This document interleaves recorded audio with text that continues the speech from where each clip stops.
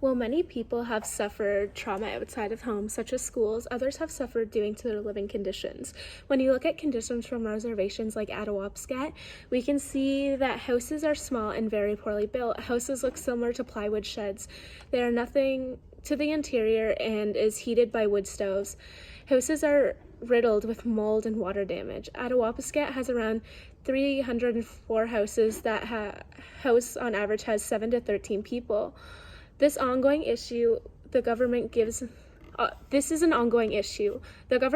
money to the reservations to build houses, but it doesn't take into account how much it actually costs to build a house on a fly in reservation. Although quality of life plays a big part in Indigenous mental health crisis, one of the biggest factors is intergenerational trauma.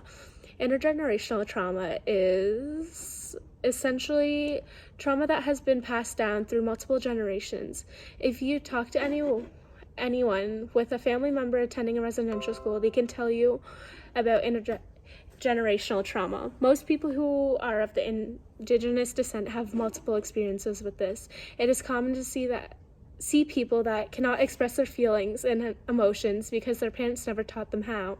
Because if you look into the lives of the parents, you can see that they were never taught how to express themselves, either because the generation before them was taken to the residential schools. They didn't grow up in a loving environment, so they didn't know how to raise a child with love and support, which was a perfect example of intergenerational trauma.